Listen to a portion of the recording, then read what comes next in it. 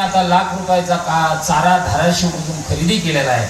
बसणाऱ्या माता बहिणी पुरुष मंडळीला माझी विनंती आहे, कोणाला आग्रह नाही, पण दिवटे महाराजांच्या गोशाळेला उदार अंतकरणाने त्या गोसेवकाला सहकार्य करा असा संदेश देतो. महाराज म्हणता मी काळाच्या तोंडात का मारली, माझ्याजवळ काय होतं रामनामाचा भाग